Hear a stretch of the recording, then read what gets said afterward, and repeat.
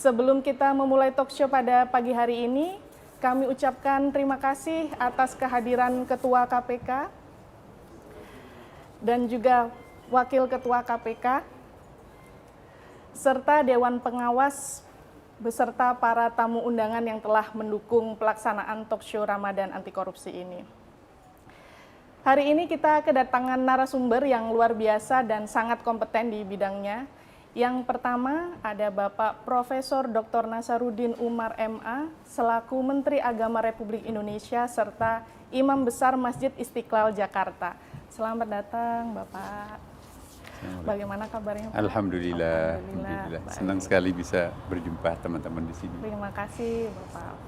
Yang kedua, bersama kita ada Bapak Dr. Fitroh Rohcayanto selaku Pimpinan Komisi Pemberantasan Korupsi Republik Indonesia, yang juga telah memiliki rekam jejak yang panjang di KPK sebagai Jaksa Penuntut Umum hingga Direktur Penuntutan. Selamat datang Bapak. Terima kasih. Kabar baik Pak untuk hari ini? Kabar sehat. Kabar sehat, alhamdulillah. Senang sekali kita bisa berkumpul dalam suasana yang penuh semangat dan kebersamaan dalam talk show Ramadan Anti Korupsi pagi ini. Sebuah forum yang tidak hanya menjadi ruang diskusi, tetapi juga ajang mempererat kolaborasi kita dalam membangun bangsa yang berintegritas. Dan di bulan Ramadan yang suci ini, mari kita berdiskusi, berbagi pandangan, dan juga merumuskan langkah nyata. Karena perubahan besar selalu dimulai dari langkah kecil, dari diri sendiri, dan dari niat yang tulus. Baik, kita sudah sampai di sesi talk show yang pastinya sudah ditunggu-tunggu. Jadi tanpa berlama-lama, mari kita mulai diskusi ini dengan pertanyaan pertama. Dan pertanyaan pertama ini ditujukan kepada Bapak Menteri Agama Republik Indonesia dan juga Bapak Pimpinan KPK Republik Indonesia. Jadi sebagaimana kita tahu Bapak, bahwa kejahatan korupsi terus terjadi di negeri ini. Meskipun berbagai upaya telah dilakukan baik oleh KPK maupun aparat penegak hukum lainnya.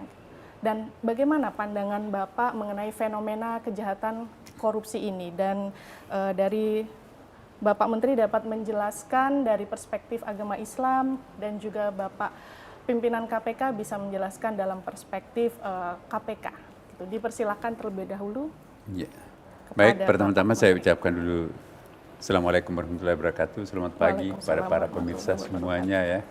Acara ini saya kira sangat penting, sangat luar biasa ya. Kita apresiasi kepada pimpinan KPK memberikan semacam sosialisasi pencegahan korupsi dengan cara seperti ini ya.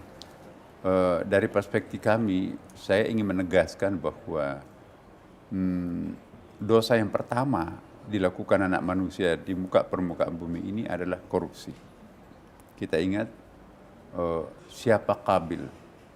Jadi Nabi Adam itu melahirkan dua anak laki-laki. Anak pertamanya itu Habil bersama pasangannya seorang perempuan. Yang kedua ada namanya Qabil, ya, dengan pasangannya juga seorang perempuan. Nah, Qabil dan Habil ini dua karakter yang sangat berbeda. Habil ini figur yang sangat bagus, ya. Kalau disuruh memberikan pajaknya atau zakatnya, dia kasih yang terbaik lah. Tapi sebaliknya, kalau Qabil selalu nipu, ya, diminta oleh Tuhan untuk memberikan persembahan yang terbaik, tetapi dia pilih kambing conge gitu ya, yang jelek. Nah, ditegur. Nah, kemudian pelanggaran yang kedua, seharusnya kan Qabil ini kawin dengan pasangannya, kembarannya Habil. Dia nggak mau. Aku mau kawin dengan pasangan saya sendiri, pertama lebih muda dan lebih cantik. Nah, akibat itu sendiri terjadilah penyimpangan dan bahkan ujung-ujungnya nanti membunuh kakaknya sendiri Habil. Jadi dosa yang paling pertama anak manusia itu sebetulnya adalah penyimpangan dalam bentuk korupsi. Semua agama musuh pertamanya itu adalah korupsi. Jadi saya kira agama apapun di Indonesia terutama ya, semua adalah memusuhi korupsi. Apa yang dimaksud dengan korupsi? Korupsi seperti yang kita sering dengarkan definisinya oleh KPK dan kalau dalam Al-Quran itu banyak sekali jenisnya. Di dalam buku saya ini ada ya, jadi teologi korupsi saya tuntas bahas mulai dosa korupsi pertama sampai yang dilakukan para nabi ya. Jadi nabi-nabi itu kan juga ada gratifikasinya itu juga macam-macam tuh ya. Tapi bagaimana kita menyikapi, itulah yang kami ungkap dalam buku Teologi Korupsi ini. Misalnya kita lihat Nabi Muhammad pun juga pernah menghadapi suatu hal. Jadi Fatimah anaknya Nabi ya, suatu saat itu ada kalung rampasan perang. Pinjam dong, bagus sekali. Tapi dilaporkan oleh Usama, Panglima Angkatan Perangnya Nabi, itu anaknya Rasulullah itu kok make kalung harta rampasan perang, pada itu kan belum dibagi. Nabi manggil Khadijah, wah itu jangan pakai, itu kan cuma pinjam ya Rasulullah, coba-coba aja. Enggak. Keluarlah hadis itu, seandainya Fatimah, lau anna Fatimah masyarakat laqatat syadah. Seandainya nanti anak saya Fatimah itu melakukan korupsi, anak saya pun juga akan saya potong tangannya itu ya. Nah, Umar bin Khattab juga luar biasa itu contohnya kepada kita semuanya ya. Ya, Gubernur Baghdad pada waktu itu, Kufah ya, Asy'ari, itu memberikan hadiah kepada Pak Umar sebagai khalifah ya. Sajadah yang paling bagus. Dilempar sajadah itu oleh Umar. Untuk apa kamu memberikan ini? Para sahabatnya sendiri kan jadi khalifah gubernur di sana kan. Untuk apa? Rakyatmu masih banyak miskin. Kenapa? Saya nggak butuh sajadah mewah seperti ini. Nah, Umar bin Abdul Aziz juga ketika jadi khalifah, walaupun umurnya hanya 32 tahun, tapi luar biasa contoh. Ya.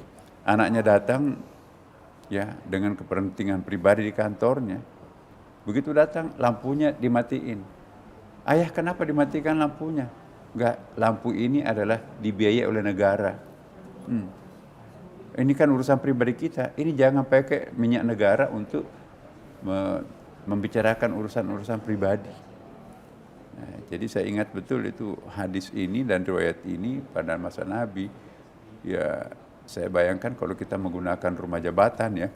Rumah jabatan itu listriknya negara, kemudian juga apapun juga dari negara kan ya. Jadi mobilnya mobil dinas dan seterusnya. Tiba-tiba datang dari kampung. Dari kampung itu mungkin bawa mobil, cuci mobil, air pumpnya itu kan air negara kan. Bayar, negara yang bayar. Listriknya pakai kamar, pakai AC, itu negara. Nah pada saat itu saya ingat, waduh, saya takut. Saya juga punya rumah. Saya lama menjadi pejabat di Kementerian Agama, 12 tahun ya. Pernah jadi Dirjen Wamen. Saya nggak pernah pakai rumah dinas. Ada rumah dinas saya, tapi saya nggak pakai. Karena saya banyak tamu dari kampung ya. Jangan-jangan nanti listrik dan air dan lain-lain milik negara itu digunakan oleh tamu-tamu pribadi saya itu. Padahal ini kan semuanya untuk negara. Lebih baik rumah saya digunakan untuk melayani urusan negara daripada rumah dinas tapi digunakan untuk memanfaatkan untuk kepentingan pribadi. Nah jadi saya kira kalau kita belajar daripada hadis-hadis Nabi dan juga pengalaman-pengalaman orang luhur terdahulu, saya kira kita banyak contoh ya. Agama lain pun juga punya banyak contoh yang sama. Siapa Siddhartha Gautama kalau kita baca sejarahnya kan. Siapa Yesus Kristus ya kalau kita lihat biografinya Yesus ya. Dan siapa juga Nabi Musa, siapa dengan nabi-nabi yang luhur yang lain. Bahkan Nabi Yusuf pun ada gratifikasi seksual juga kan. Karena kan Nabi Yusuf pada waktu itu kan dicemburi oleh banyak pejabat itu kan. Maka dia dijebak, dikasih perempuan dalam kamarnya kan. Akhirnya apa yang terjadi? Tuhan yang menolong kan, karena ada anak kecil saksi di situ. In kana qamisuhu qudda min qublin fasadakat wa in kana qamisuhu qudda min duburin fakadzabat. Ya, itu sudah mau dieksekusi itu. Nabi Yusuf sudah mau dieksekusi karena main dengan istrinya raja kan.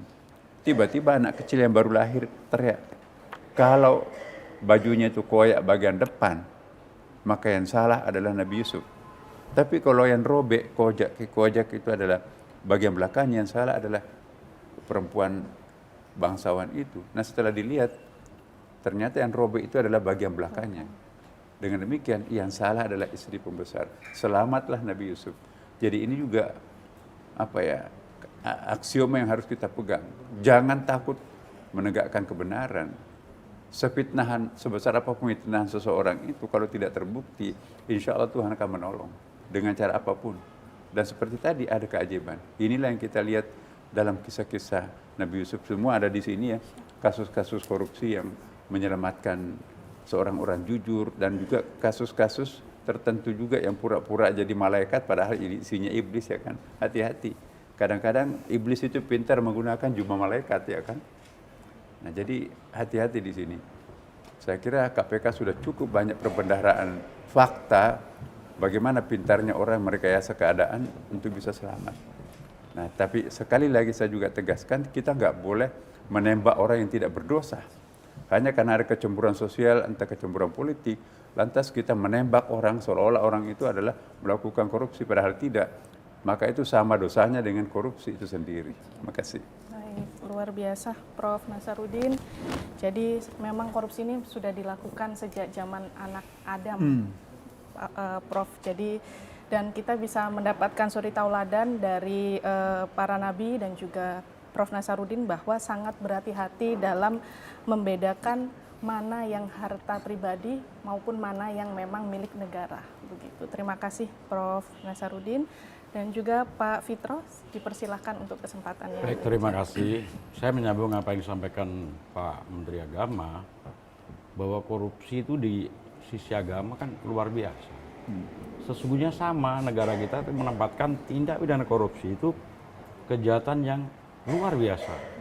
Oleh karenanya, kita kemudian menyepakati secara bersama di tahun 2002 untuk membentuk lembaga KPK ini.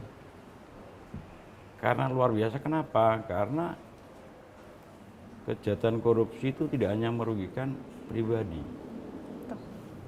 tapi lebih daripada itu merugikan masyarakat, merusak tatanan sosial, dan bahkan di sana ada pelanggaran hak asasi manusia. Nah, oleh karena betapa luar biasanya korupsi ini, sehingga perlu peran serta masyarakat.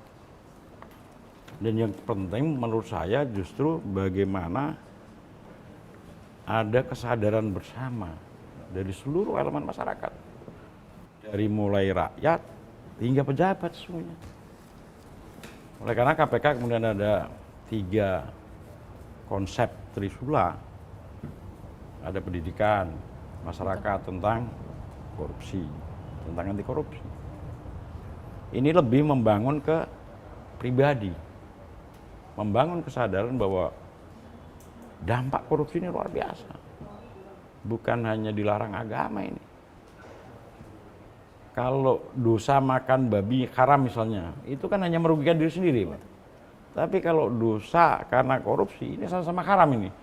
Wah, ini dampaknya kan sangat luar biasa. Kemudian selain pendidikan, ada pencegahan. Nah, pencegahan ini Pak Menteri lebih difokuskan ke membangun sistem. Membangun sistem supaya celah-celah untuk melakukan korupsi ini tertutup. Tapi ini kan harus dua-duanya ini, karena celah ini sistem yang bikin juga manusia. Kalau kemudian kesadaran manusianya rendah, tentu sistem sebaik apapun ya jebol juga. Nah, yang ketiga kemudian penindakan. Kita tahu penindakan sudah kita lakukan sedemikian rupa, tetapi ya memang sampai hari ini kita harus akui juga bahwa korupsi masih cukup masif. Dan tentu peran agama menurut saya sangat penting untuk kemudian membangun akhlak. Jadi tadi kalau pembawa acara menyinggung bukan hanya sekedar ibadah ritual saja. Dari ibadah ritual itu tadi kemudian outcome-nya adalah benar membangun akhlak. Salah satunya ketika punya akhlak yang akhlakul karimah sebagaimana yang dicontohkan oleh Nabi Muhammad, ya tentu sangat anti dengan perilaku koruptif. Saya kira itu Mbak. Luar biasa Pak Fitro. Jadi memang digarisbawahi bahwa KPK tidak dapat bekerja sendiri tanpa bantuan masyarakat. Dan juga ada 3 pilar untuk pemberantasan korupsi yang diterapkan oleh KPK, yaitu penindakan, pencegahan, dan juga pendidikan. Jadi memang tidak lupa juga pendekatan terhadap agama, agar agama tidak hanya berjalan ritualnya saja Pak, tetapi juga masuk ke dalam akidah. Begitu. Terima kasih Bapak, dan juga kita akan berlanjut ke pertanyaan kedua yang juga ditujukan kepada pimpinan KPK dan juga Bapak Menteri Agama. Kita semua memahami bahwa melawan korupsi itu yang utama adalah mulai dari diri sendiri. Dan menurut Bapak, langkah-langkah apa yang dilakukan dalam rangka membangun nilai-nilai integritas bagi masyarakat Indonesia? Dan untuk menjawab pertanyaan ini, saya persilakan terlebih dahulu kepada Bapak Fitro. Dipersilakan Pak. Ya sama sesungguhnya menjawab pertanyaan pertama tadi, saya sepakat bahwa fundamennya adalah integritas. Oleh karena ketika saya nyalon jadi pimpinan ini, saya membuat sebuah tagline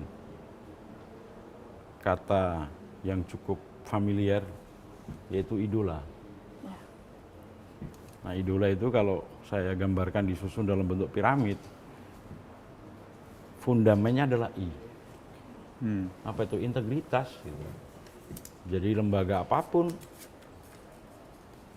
itu harus punya atau memiliki fundamen yang sangat kuat, yaitu integritas. Nah, integritas itu sendiri saya artikan secara singkat saja bahwa integritas itu apa? Sebenarnya apa yang ada dalam hati, apa yang kita pikirkan selaras dengan apa yang kita lakukan. Itu integritas secara singkat. Nah, kalau idola tadi kemudian harus juga memiliki dedikasi. Dan yang terpenting, terutama di KPK, adalah mampu berpikir dan bersikap nih yang penting. Apa itu? Objektif, netral. Tapi juga penting terkait L, loyal. Ini penting ini. Kenapa? Karena lawannya loyal ini kan khianat. Betul. Nah, orang berkhianat itu paling berat ya Pak Menteri. Bahkan di agama pun pengkhianat agama.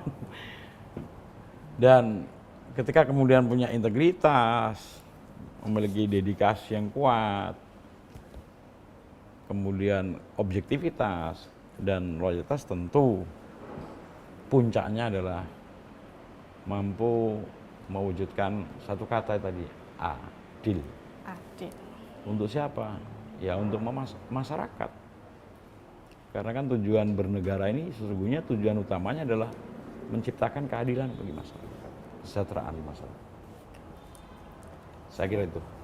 Luar biasa Pak Fitro. Jadi ini Pak Fitro sudah mempunyai tagline gitu Tagline, ya Pak ya, sejak awal idola. berkarir di KPK. Tagline-nya adalah idola. Idola. Yang pertama integritas. Integritas. Dedikasi. Objektif. Loyal. Dan adil. Ya. Tentunya adil harapannya agar masyarakat lebih sejahtera. Iya Begitu dong. ya Pak. Insya Allah tercapai Pak. Amin. Dan boleh dipersilahkan ada Prof. Saya sangat tertarik ini.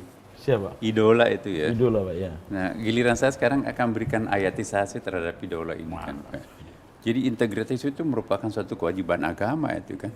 Apa itu yang dimaksud integritas? Integritas itu artinya komitmen kita untuk menegakkan kebenaran ya kan. Betul. Itu dalam hadis Nabi itu qulil haqq walau kana murran. Katakanlah kebenaran itu meskipun pahit. Sangat tidak mudah menjadi pimpinan di KPK ya kan. Musuhnya pasti banyak ya. Bukan hanya musuh fisik ya, mungkin juga santetnya segala macam. Ya kan? Nah, itu yang bikin takut Pak. Jadi tapi kata Quran, kata hadis Nabi, qulil haqq walau kana murran. Katakanlah kebenaran itu meskipun pahit. Ya, kebenaran itu al-haqqu min rabbik fala takunanna minal mumtarin. Kebenaran itu dari Allah, jangan Anda berada pada kondisi yang ragu. Ya, go ahead ya. Nah, kemudian D-nya itu dedikasi ya. Dedikasi itu kan artinya pengabdian yang tulus ya kan. Iya. Ikhlas ya. Ikhlas, kan? iya betul. Ya, ada surat Al-Ikhlas. Jadi semuanya kita lakukan lillahi ta'ala. Jangan takut mati, kita pasti mati kan. Puncaknya kan di ikhlas. Iya, itu. betul. Ikhlas itu kan dedikasi, Pak. Nah, kemudian objektif itu kan Ya, netral.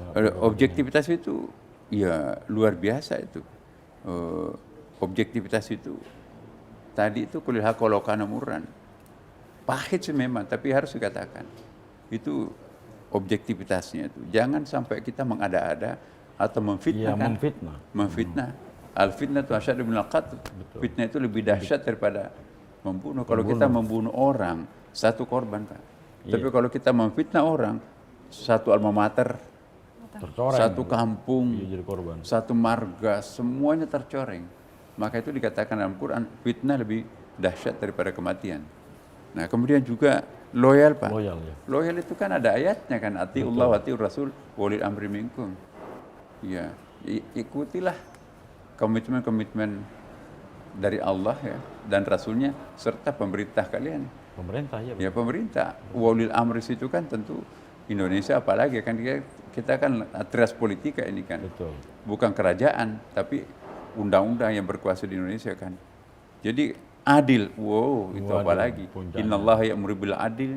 Sesungguhnya Allah memerintahkan untuk menegakkan keadilan. Jadi idola itu saya kira sangat bagus ya. Bagus. Nah ini perlu kita ya saya jadi tertarik gitu Pak nulis lagi nanti itu kelanjutan Tulis ini. lagi, Pak. Nah tapi saya ingin mengingatkan kembali ya bahwa kita harus mulai dari diri sendiri ya kan. Betul. Ibda' binafsik kata Nabi. Mulai dari dirinya sendiri itu kan. Saya ingin mengingatkan pada diri saya sendiri ya. Ada sebuah hadis Nabi yang mengerikan tuh. Kullu lahmin nabata min haramin fanaru aula bihi. Semua daging yang tumbuh dari barang yang haram hanya akan bisa dibersihkan oleh api neraka. Setetes daging haram mustahil surga akan menerimanya kan. Bahkan dalam hadis lain, aku makalan Nabi SAW itu makan sesuatu yang haram 40 hari salatnya tidak akan diterima. Bayangkan kalau setiap hari kita makan makanan haram. Percuma dong kita salat. Ya kan? 40 hari kita tidak diterima salatnya kalau kita mengambil haknya orang lain yang tidak sesuai dengan hak kita kan. Misalnya nyolong gitu kan. Jadi bagaimana anak kita bisa menjadi anak soleh berdoa sepanjang masa? Berikanlah anak soleh. Bagaimana dapat anak soleh kalau yang dimakan setiap hari barang yang haram? Tidak berkah Gak ya, Pak, ya? mungkin, gak berkah itu kan. Nah jadi saya ingatkan kepada kita semuanya, ya mulai dari diri kita sendiri ya menegakkan idola tadi itu ya. Yes. Ya apa yang dilakukan oleh KPK sebetulnya itu artinya pencegahan neraka itu ya. Saya ingin mengatakan bahwa dengan adanya KPK itu banyak sekali orang tercekal untuk tidak masuk neraka. Kenapa? Jadi KPK Komisi Pemberantasan Korupsi artinya kita juga bisa mengartikan bahwa KPK itu mencegah orang masuk neraka gitu kan. Jadi jangan melihat KPK itu wah itu serem dan sebagainya. Justru kita harus menjadikan KPK itu sebagai vitamin untuk menjalani kehidupan yang bergairah kan. Saya kira kalau kita menjalani kehidupan ini dengan luhur, insya Allah. Apa sih Mas yang kita butuhkan dalam hidup ini? Kan lewat di tenggorokan aja kan. Iya. Makan. Bukan kita butuhkan yang banyak. Apa artinya besar, banyak, tinggi, jabatan kalau nggak berkah kan? Anak pertamanya idiot, anak keduanya itu narkoba, anak ketiganya itu masih di penjara ngebut-ngebutan. Dianya sendiri juga stroke, istrinya selingkuh. Nggak dapat kebahagiaan. Neraka sebelum waktunya kan? Ya udah neraka dulu. Apa artinya itu semuanya? Kita pakai mobil second, ya rumah kecil, tapi buka puasa bareng, ya sahur berjamaah, ngaji berjamaah, pergi sholat tarawih berjamaah. Surga sebelum waktunya kan? Amin. Luar biasa Bapak. Jadi apalah artinya kaya, besar, tinggi kalau tidak berkah terhadap anak cucu kita juga Pak. Dan ini juga ini kuntum minal zolimi ya Pak. Ya. Jadi kalau kita melakukan refleksi dari diri kita terlebih dahulu. Siap, terima kasih luar biasa. Jadi marilah kita berlanjut ini Pak Menteri dan Pak Pimpinan KPK. Kita sebenarnya sudah akan sangat banyak pertanyaan dari audiens. Dan pada sesi ini kita akan memberi kesempatan kepada audiens yang hadir secara online untuk menyampaikan pertanyaan melalui kolom chat. Baik, sudah ada pertanyaan yang masuk.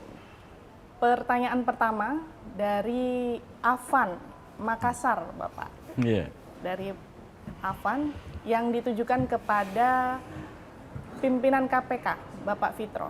Dan pertanyaannya adalah memberantas korupsi dengan cara memberikan hukuman kepada pelaku korupsi. Mengapa di Indonesia tidak menerapkan hukuman seperti di negara lain dengan cara hukuman mati? Persilahkan Pak Fitro. Baik ya, jadi pilihan untuk kemudian menjatuhkan hukuman mati juga ini pilihan sulit dan tidak semua negara juga melakukan itu. Untuk korupsi di Indonesia sesungguhnya sudah ada ancaman pidana mati, yaitu khusus pasal 2 ayat 2, yaitu korupsi merugikan negara dalam keadaan tertentu, darurat nasional, itu memang diancam dengan pidana mati. Tapi memang sampai hari ini belum pernah diterapkan. Saya pikir nanti kalau misalnya ada kejahatan korupsi yang luar biasa, yang kemudian dilakukan dalam keadaan tertentu yang sangat merugikan, bisa saja kemudian itu kita terapkan dengan harapan mampu menjadikan efek jerah. Meskipun sampai hari ini ternyata Pak Menteri, kita sudah hukum berat juga tidak ada efeknya. Kita bahkan sering OTT di tahun 2019 itu OTT KPK paling sering. Ada kalau tidak salah sekitar 19 OTT itu. Tapi kita tidak boleh pesimis, tentu kami nanti dengan pimpinan baru ini Pak Tio akan terus mendorong penegakan ini, tapi tentu dengan kita iringi dengan tadi ini. Ini salah satu bentuk mencoba mengajak menyadarkan masyarakat. Dan juga pencegahan melalui sistem dan tentu penindakan. Jadi ketika ada pencegahan bukan berarti penindakan berhenti, bukan, tapi seiring sejalan. Saya kira itu. Luar biasa Pak Fitro. Jadi diharapkan memang penindakan dan juga pencegahan maupun pendidikan dapat berjalan seiring, ya Pak ya. Harus seiring. Dan juga bukannya tidak mungkin kalau hukuman mati itu diterapkan, bisa saja karena memang sudah ada pasalnya, ada undang-undangnya. Bisa Pasal nggak 2. saya tambahkan sedikit? Silakan Bapak. Ini menarik ya jawabannya, Bapak, bahwa sebetulnya kan memang dalam hukum Islam itu ada kaidah begini, ma la yudriku kullu la tudriku kullu. Apa yang tidak bisa kita lakukan semaksimal mungkin, jangan meninggalkan semuanya. Artinya sebetulnya apa yang dilakukan KPK sekarang ini bukan berarti tidak melakukan sesuatu yang sangat signifikan. Apa sih yang dimaksud hukuman mati? Dalam bahasa kinayah, bahasa Arab balaghah ya, mati itu kan bisa berarti melenyapkan nyawa. Tapi mati itu juga bisa berarti mematikan harga dirinya, mematikan kesempatan kerjanya, mematikan gairah hidupnya, mematikan status sosialnya, mematikan martabatnya, mematikan semuanya. Jadi orang yang sudah menjalani hukuman yang telah ditetapkan oleh KPK itu dengan segala macam penayangannya itu kan Pak, itu jangan-jangan itu lebih kejam daripada kematian.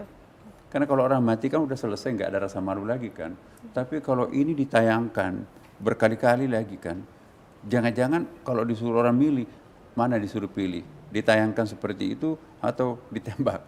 Jangan-jangan lebih banyak orang memilih tembak aja. Ditembak. Jadi mati di sini bisa berarti mematikan harga diri, mematikan karirnya, mematikan kesempatan kerja, mematikan hak politiknya. Jadi mati di situ sudah berlaku hukum mati di situ, Mbak.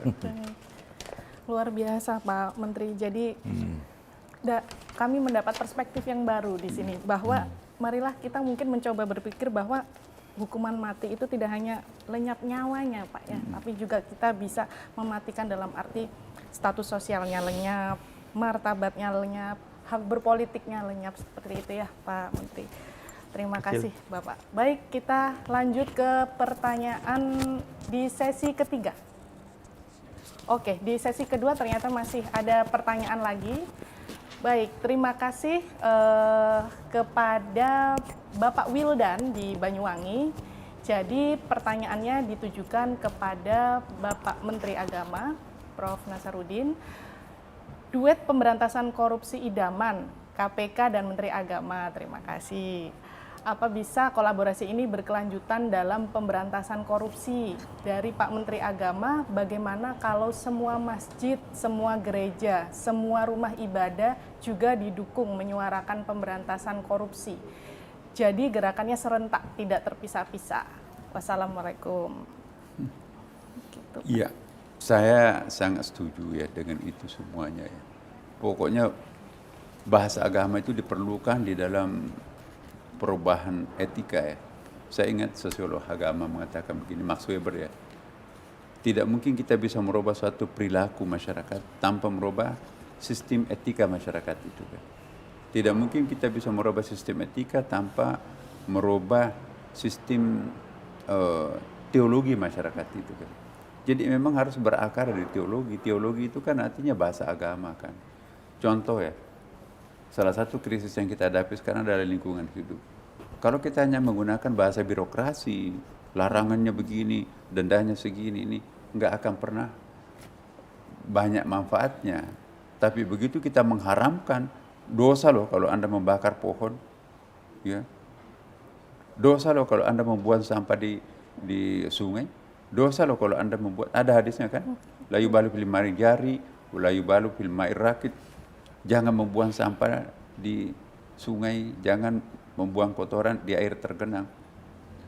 Daya efeknya, daya pengaruhnya kuat banget. Nah, korupsi pun juga kita harus lakukan yang sama, Pak.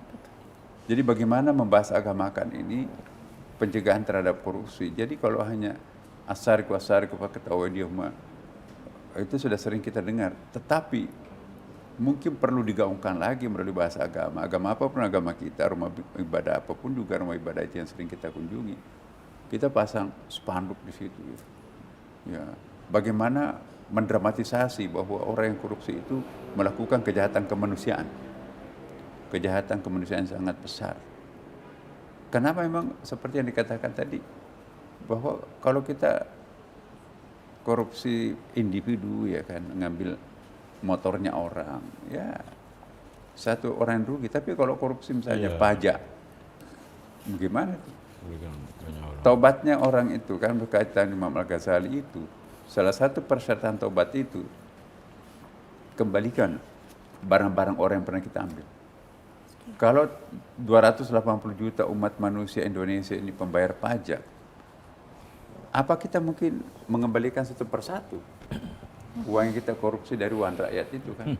Enggak mungkin. Jadi akibatnya apa?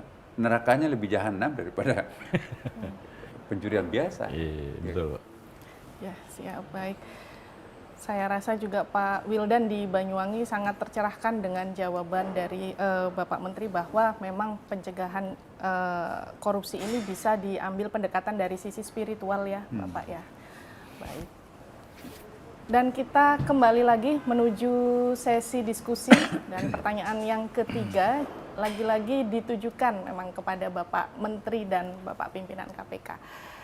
Dalam bulan Ramadan ini kita dilatih untuk mengendalikan hawa nafsu dan menjauhkan diri dari perbuatan yang tidak sesuai dengan ajaran agama. Dan bagaimana agar kita bisa terus mempertahankan hal tersebut di bulan-bulan selanjutnya, Pak. Kita ketahui bahwa korupsi sering kali terjadi karena hawa nafsu, Pak, begitu ya, yang tidak terkendali seperti mengejar kemewahan dan kekuasaan dan juga membenarkan segala cara. Bagaimana arahannya, Pak, dari Bapak Menteri terlebih dahulu? Ya, pertama jangan kita hanya terobsesi dengan bulan Ramadan, tapi bagaimana menjadikan semua bulan lain itu seperti Ramadan ya kan. Nanti kita hanya saleh 1 bulan aja kan. Ya nggak korupsi 1 bulan, jangan. Nanti habis lebaran nanti kambuh lagi, korupsi lagi kan. Iya. Jadi bagaimana 12 bulan ini kita kualitas Ramadankan semua dalam diri kita sendiri ya kan. Ya, apa yang dilarang dalam bulan suci Ramadan itu kan juga sebetulnya adalah tidak boleh dilakukan juga di luar Ramadan. Misalnya kita nggak boleh bohong untuk berpuasa mulut ya kan. puasakan mata jangan mengintip auratnya orang lain, puasakan telinga jangan merumpi, puasakan kaki jangan melangkah ke tempat-tempat maksiat, puasakan tangan jangan menandatangani fiktif, ya kan. Kemudian puasakan mulut, itu jangan suka bohong dan jangan suka makan makanan yang haram. Di luar Ramadan pun juga berlaku kan. Jadi bagaimana memperpanjang kualitas Ramadan ini 12 bulan itu seperti Ramadan dalam diri kita sendiri kan. Ya, kalau di luar Ramadan kan ada puasa juga kan, puasa Senin Kamis. Daud. Saya kok sangat yakin puasa Daud, puasa itu adalah aspek pencegah yang paling efektif. Paling efektif. Ya. Maka itu saya di tempat-tempat kerja saya tuh, ya jamaah saya juga saya anjurkan ya puasa Senin Kamis lah, terutama yang masih aktif-aktif ya. Ya, karena puasa itu kan betul-betul bisa mengendalikan diri kita ya. Dan ada lagi kalau kita belajar dari buku-buku tasawuf, buku-buku sofistik itu ya, bukan sekedar itu. Ada yang halal pun juga diserukan kepada mereka itu agar jangan terlalu banyak mengkonsumsi daging. Karena daging itu kan proteinnya yang sangat memang diperlukan dalam tubuh ya kan. Tetapi kalau kita lihat dalam buku-buku sofistik spiritual, misalnya pendeta Hindu, Buddha, dan dalam ulama-ulama tasawuf itu mereka menganjurkan untuk tidak makan daging. Ya kenapa? Itu sifat-sifat kehewanan itu nanti banyak. Bahkan ada kata-kata jangan menjadikan perutnya sebagai kuburan. Orang yang suka makan daging itu kuburan. Tapi bagi saya di sini tidak memfatwakan mari kita meninggalkan daging. No, tetaplah cuma pengendalian diri kita. Selain berpuasa Senin Kamis, kendalikan dirinya jangan terlalu banyak mengkonsumsi protein hewani. Karena sifat-sifat kehewanan itu pun juga bisa banyak. Itu kalau kita baca buku-buku tasawuf itu banyak sekali. Misalnya Rabi Adawiyah, dia bisa bersahabat dengan burung liar, binatang liar. Kenapa? Ya karena nggak pernah makan daging. Tiba-tiba ada sahabatnya, sebetulnya sufi juga, Hasan Basri. Begitu dia datang, berterbangan semua hewan-hewan liar itu. Lari masuk ke hutan belantara hewan-hewan liar itu. Saya tersinggung kok kenapa saya mendekat, berterbangan semua. Kata Rabia, tidak mungkin mereka itu lari kalau Anda tidak pernah makan saudaranya. Apa jawaban Hasan Basri? Sudah lama perut ini saya tidak jadikan kuburan. Nggak mungkin. Coba ingat, oh iya, minyak sisa penggorengan di kuali saya itu pernah dipakai menggoreng daging. Nah, apa yang terjadi? Ya itulah yang menyebabkan dia terbang. Nah, jadi kalau orang itu mampu mengendalikan komposisi kimia dalam tubuhnya, itu juga berbanding lurus dengan kesadaran spiritualnya. Ya, jadi itulah sebabnya kalau orang memeditasi itu, salah satu resepnya itu kalau ingin fokus menurunkan beta ke alfa dalam suasana yang sangat cepat, itu jangan over protein. Jadi kendalikan. Jadi berpuasa itu ada puasa formal, tapi ada puasa jangan terlalu banyak makan nasi untuk di atas overseksi kan itu. Overseksi itu di atas 60 tahun itu kan gula kan. Jangan terlalu banyak, jangan terlalu manis lah kalau misalnya minum kopi, karena gula itu sebetulnya bisa dikatakan toksin, racun ya. Tapi juga dalam keadaan tertentu juga boleh, misalnya buka puasa dengan manis-manis, karena kita harus menambah energi yang sudah terkuras seharian ya kan. Nah jadi kalau kita memelihara diri kita sendiri, itu akan berimpact nanti kepada pengendalian moral kita sendiri. Insya Allah kalau kita rajin berpuasa, kerakusan, keambisian kita itu juga akan berkurang. Iya. Luar biasa, Prof. Jadi memang puasa itu mengendalikan hawa nafsu kita karena tadi kita mengendalikan perut kita juga begitu ya, Prof ya. Dan ya ini semoga arahan dari Prof juga terkait protein-protein itu bisa saya terapkan sendiri. Jadi saya tambahin. Boleh, Bapak silakan. Saya menambahi bahwa jadikanlah puasa Ramadan ini untuk melatih diri kita melepas kemelekatan atas harta dan ego. Ini yang terpenting. Kenapa? Karena tujuan puasa Ramadan jelas agar kita menjadi orang yang bertakwa. Betul. Nah ternyata tanda orang takwa itu kan kalau di Ali Imran, satu ternyata orang yang tidak pelit, dua orang yang mampu menahan amarah, ketiga orang yang berat ini mau memaafkan kesalahan orang lain. Nah artinya apa? Kalau kita masih punya kemelekatan yang tinggi terhadap harta, jadinya rakus ini Pak. Betul. Rakus ini, selalu mengejar dan tidak pernah merasa cukup Cukup. dan tidak pernah merasa syukur. Nah yang 2-3 tadi nggak mungkin bisa dilakukan dengan orang yang masih punya kemelekatan yang tinggi atas ego. Nah itu ngejar jabatan, ngejar segalanya itu. Karena puasa ini momen yang luar biasa untuk kemudian melatih kita Melepas melepas kemelekatan. kemelekatan. Dan ternyata ego kan dan- puasa itu bukan hanya ibadahnya orang Islam, toh. Betul, Pak. Semua agama mengenal bahwa kan itu kan memang apa orang-orang sebelum kita itu, makanya kan ya yuladina amanu kutiba alaikumusiyama kama kutiba alal ladzina min qablikum. Artinya diwajibkan orang-orang yang terdahulu. Saya kira tambahan itu. Saya bukan Pak Menteri Agama. Alladzina yunfiquna fasarra wadara wal Wah, darabal kadhib kedimna. wal afina nas itu. Itu luar biasa. Biasa. Luar biasa Bapak untuk pencerahannya kepada kami semua di audiens dan audiens terkait apa makna puasa begitu ya. Dan izin Pak, kita akan beralih lagi ke pertanyaan keempat yang juga ditujukan kepada Bapak Pimpinan KPK dan juga Bapak Menteri Agama. Nah ini menurut Bapak apa hambatan dan tantangan dalam upaya pemberantasan korupsi di Indonesia Pak? Karena kan kita tahu pelaku korupsi ini melibatkan berbagai profesi, berbagai kalangan pejabat Pak. Bahkan berdasarkan data yang diungkap KPK Pak, ini ada pelaku berusia 23 tahun, perempuan berusia 23 tahun Pak. Yang mana artinya korupsi kok sudah seolah-olah menjadi budaya gitu Pak di masyarakat. Silakan Bapak Fitro.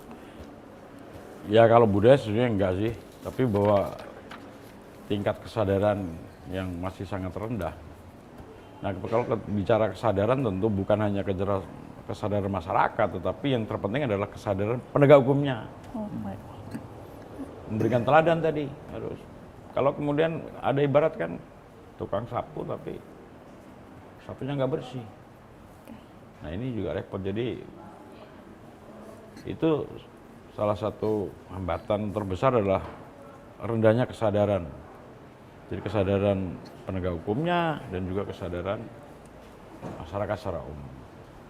Tapi ada yang menarik bahwa kemudian selama saya menangani beberapa kasus korupsi, banyak sekali kasus korupsi ini bersinggungan dengan karena ada sistem politik. Ini nih. Jadi ternyata sistem politik ini juga sangat berpengaruh.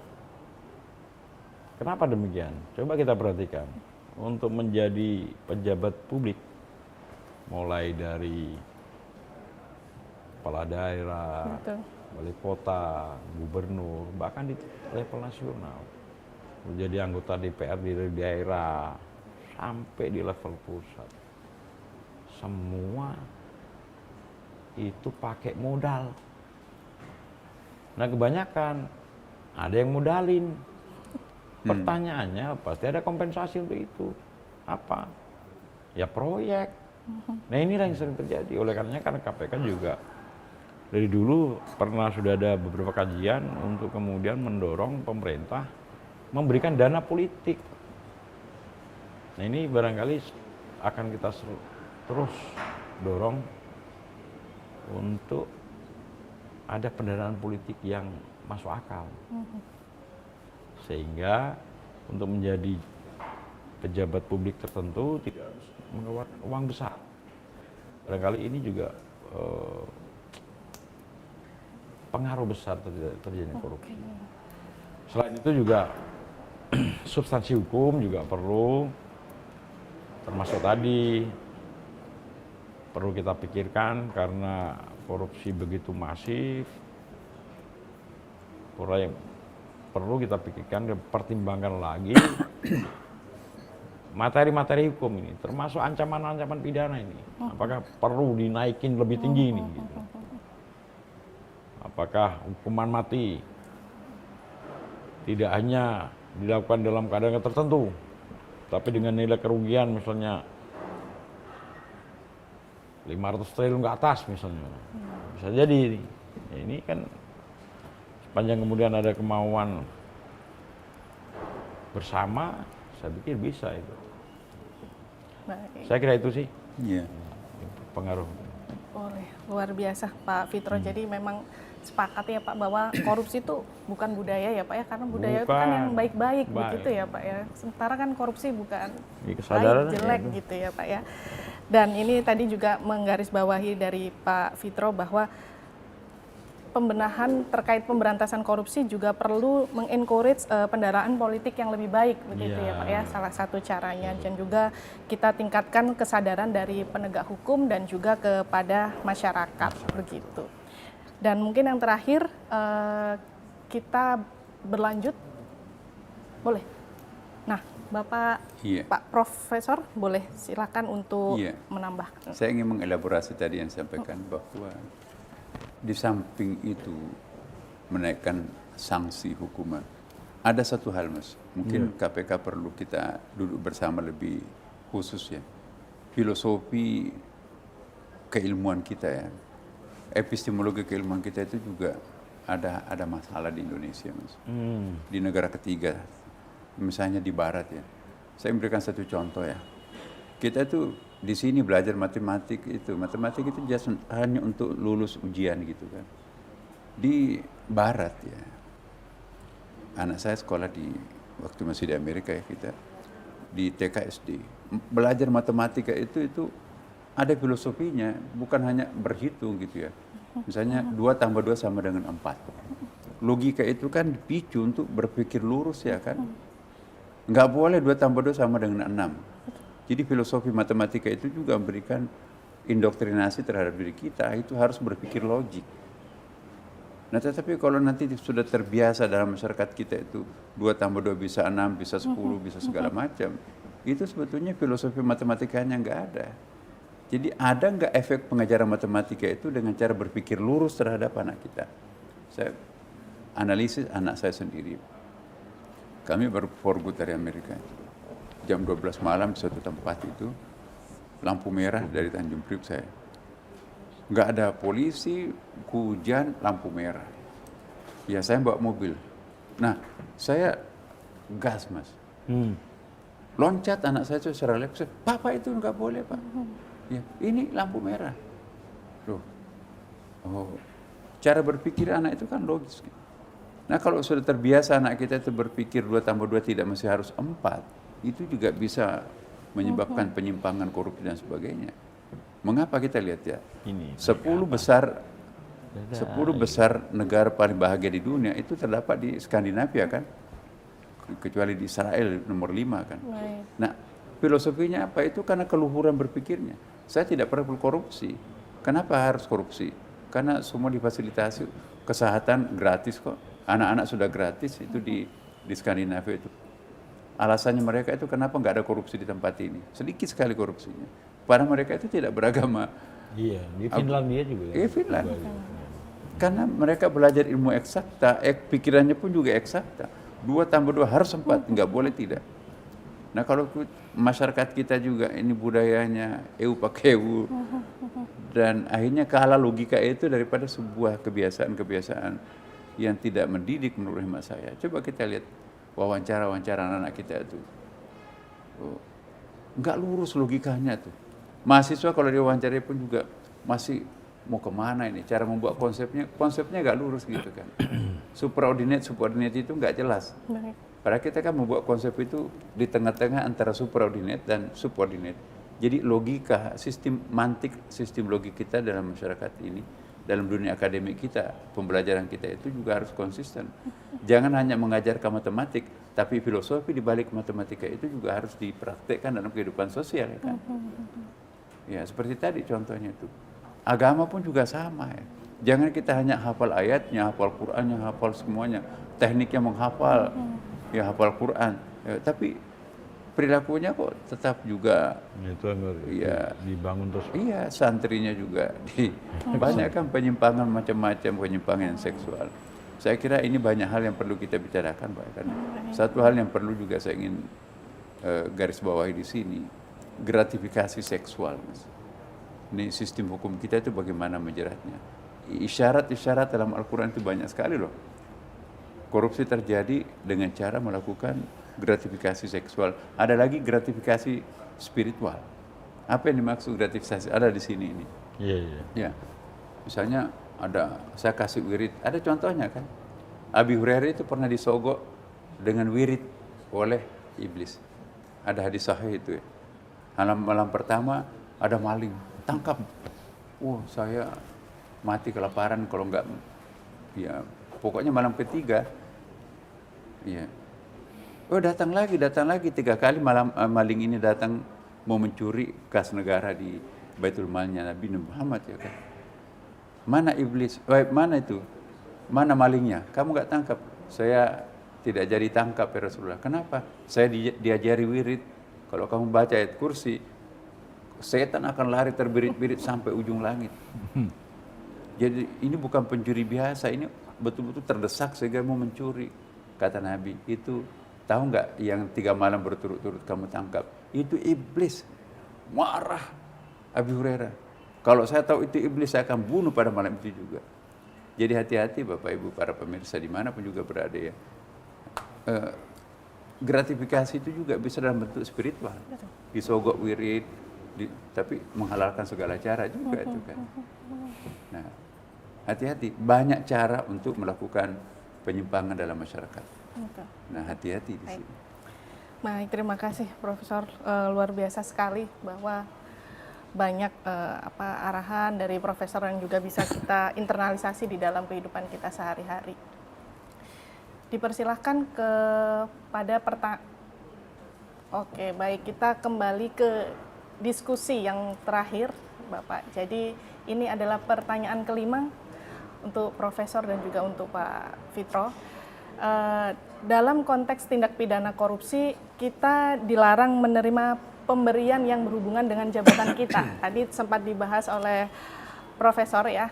Namun pada momen hari besar seringkali dimanfaatkan oleh misalnya vendor, pengusaha, ataupun pihak yang sedang mengurus perizinan untuk memberikan sesuatu berupa barang atau hadiah kepada pejabat. Nah, tentunya pemberian tersebut dimaksudkan untuk mempengaruhi pejabat tersebut dalam pengembalian keputusan. Misalnya yang diharapkan oleh pemberi hadiah misalnya. Dan bagaimana kita sebagai pejabat atau pegawai negeri mencegah upaya-upaya tersebut agar tidak terjerumus dalam tindak pidana korupsi. Dipersilakan, ada Profesor terlebih dahulu. Iya, saya ingat ada hadis Nabi itu ya. Panjang hadisnya tapi saya mau singkatnya, waktu ini tinggal sedikit ya, bahwa Nabi pernah menegur keras sahabatnya itu. Wah, ini dari hadiah ya Rasulullah. Tapi kata Nabi, coba mau nggak mereka memberikan hadiah seperti itu kalau Anda tidak pejabat? Siapa yang kenal Anda? Ya. Jadi kembalikan. Jadi Nabi minta supaya gratifikasi itu dikembalikan. Ini hadiah dari ini. Iya, enggak. Tidak mungkin mereka akan memberikan hadiah sebesar itu kalau Anda bukan pejabat. Mana ada orang biasa mau dikasih hadiah oleh mereka. Jadi gratifikasi itu juga perlu diingat. Kita paling tahu kok. Maka itu saya di kantor ya mencoba untuk membersihkan ya sebatas kemampuan kami. Ya. Caranya seperti apa? Kita tahu misalnya kenaikan pangkat, ya kan? Penetapan jabatan, promosi karir. Nah, kalau kita nggak hati-hati, itu bisa sangat berbahaya tuh ya. Kita bisa kena juga tuh.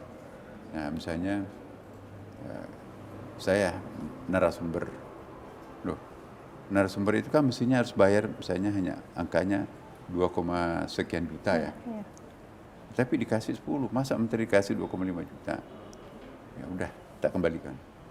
Saya tidak ambil kalau tidak ditandatangannya sekian. Sudah saya tanda tangani, tapi amplopnya nggak dikurangi. Dari mana dapat itu? Saya kembalikan. Nah, jadi sejak itu saya di viral juga itu.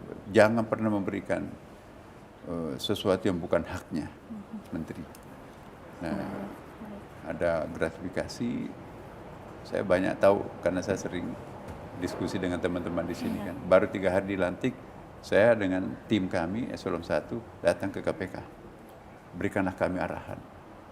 Tidak lama setelah itu ada yang bawa macam-macam ya. Ada kaitannya dengan haji. Besoknya saya langsung kembalikan ke KPK. Ya. Jadi semenjak kita lakukan itu, alhamdulillah nggak ada lagi yang berani untuk melakukan hal yang sama kan. Nah, jadi ini saya minta bahwa kita seorang pemimpin pejabat ya betul-betul harus menjadi contoh dulu. Kalau kan kata Pak Prabowo itu kan ikan itu membusuk dari kepalanya kan. Nah, jadi saya kira ini sangat penting untuk kita jadikan aksioma bahwa kalau kita ingin bersihkan segala sesuatu, kita harus mulai dari diri kita sendiri. Baik, terima kasih Prof.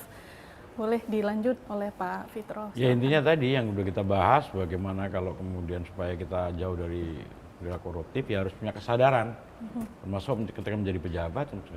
Tetapi ya kalau saya harus mengatakan jujur, kita dilarang keras pegawai negeri dan penyelenggara negara untuk terima gratifikasi apapun bentuknya. Tentu dalam hal tertentu misalnya dalam pesta segala macam gitu. Tanpa diiringi dengan kenaikan kesejahteraan PNS. Iya Pak? Yeah. Susah. Nah ini juga perlu nanti kita dorong untuk kemudian mendorong pemerintah untuk menaikkan itu. Kalau kemudian gaji masih kecil, belum bisa jadi untuk hidup layak, sementara kesadarannya masih rendah, mudah terjerumus. Punya kesadaran tinggi aja misalnya gaji kecil, anak nangis karena susu habis nggak bisa beli susu, ya akhirnya bisa tergoda. Jadi harus diiringi juga kemudian ada peningkatan kesejahteraan. Saya kira itu. Ya. Luar biasa. Gajinya hanya 1 minggu cukup ya. Iya. Coba kita bandingkan Pak dengan negara-negara di Jepang, begitu, di beberapa negara relatif layak gitu loh. Luar biasa. Ini kabar baik oleh para ASN ya. Meskipun kita hanya bagaimana mendorong, termasuk tadi mendorong pemerintah untuk menaikkan dana politik. Jadi harus seiring kan. Iya. Saya kira betul Pak, sepakat nggak Pak Menteri? Betul. Sepakat ini. Menaikkan terlebih dahulu kesejahteraan para Diiringi sana juga. Diiringi juga ya Pak. Ini. Dan juga kita harus mematuhi terkait peraturan-peraturan gratifikasi, utamanya kan di birokrasi lekat sekali ya Pak ya, gitu. Dan selesai sudah. Kita ada di penghujung sesi diskusi kita di hari ini, dan marilah kita dengarkan closing statement dari masing-masing narasumber kita yang luar biasa sekali, dan dimulai dari Bapak Menteri Agama. Silakan Bapak, waktu dan tempat. Iya, saya hanya ingin mengingatkan diri saya sendiri dan tentu untuk kita semuanya, hati-hati dalam wilayah abu-abu. Wilayah abu-abu ini banyak menjerumuskan diri kita sendiri. Ya, kita kadang-kadang menurut keyakinan kita ini nggak apa-apa kok, ini bagus, ya. Tapi ternyata ada bidikan dari peraturan tertentu yang bisa menjebak kita. Jadi saya mohon betul lebih baik kita hati-hati membuat satu decision, ya, keputusan, daripada nanti kita menyesal. Resikonya menjadi pejabat itu ya memang harus mengendalikan diri. Tingkat pengendalian diri kita itu harus lebih tinggi daripada ketika menjadi orang biasa-biasa ya kan. Nah, sampai kapan kita akan mampu menjadi ini ya, kita berdoa kepada Tuhan juga, ya Allah. Jangan sampai hari ini saya seperti ini tapi besok akan sejarah berkata lain. Itu kan tergantung Tuhan juga ya, maka itu kita berdoa juga supaya diberikan keistiqamahan tadi itu, komitmen konsisten itu. Baik. Dan yang paling penting, mari kita semakin memperkuat kualitas keagamaan kita masing-masing. Itu pencegahan yang paling bagus. Saya kira itu. Baik, terima kasih Pak Menteri. Dipersilakan kepada Pak Fitro. Dari saya, KPK tidak bisa apa-apa dan tidak mampu melakukan pencegahan korupsi maksimal tanpa dukungan dari masyarakat. Itu yang terpenting dan tentu harus diiringi dengan kesadaran. Makanya jadikanlah momentum puasa Ramadan ini untuk mewujudkan kesadaran anti koruptif. Termasuk saya pikir seluruh agama mengatur hal yang sama. Demikian. Terima kasih.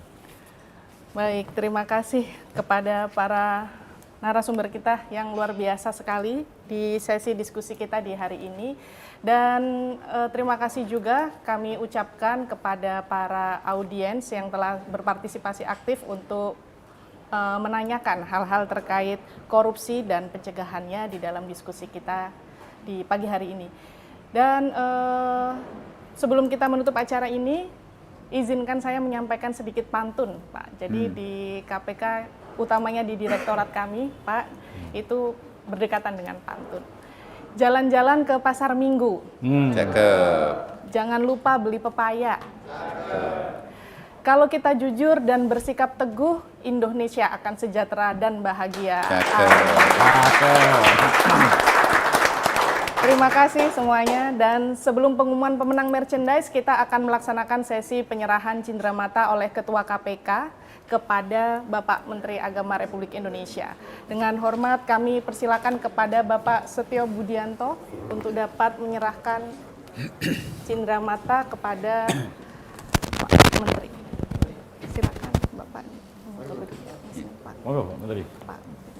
Luar biasa ya.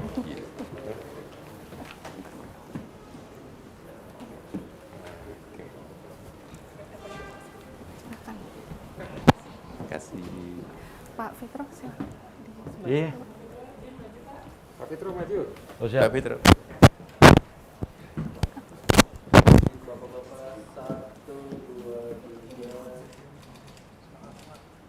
Pak, saya juga ada buku Bapak saya Siap. serahkan.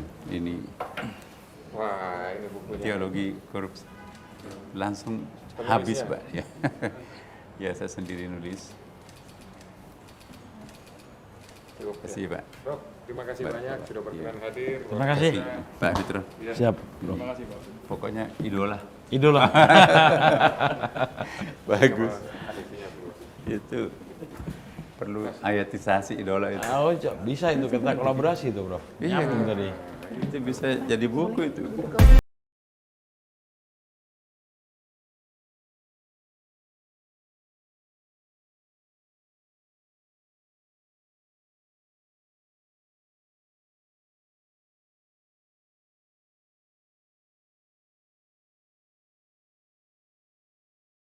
Membangun Indonesia yang lebih bersih dan bebas dari korupsi. Pak, amin ya robbal alamin. Selanjutnya acara akan kami kembalikan kepada MC.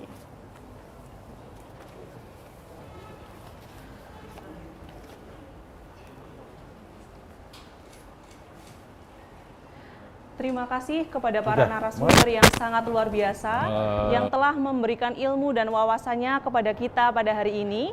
Terima kasih juga kepada moderator serta para insan berintegritas yang setia mengikuti acara sampai akhir. Sebelum kita benar-benar menutup acara, saya akan mengumumkan pemenang merchandise dari para penanya terpilih.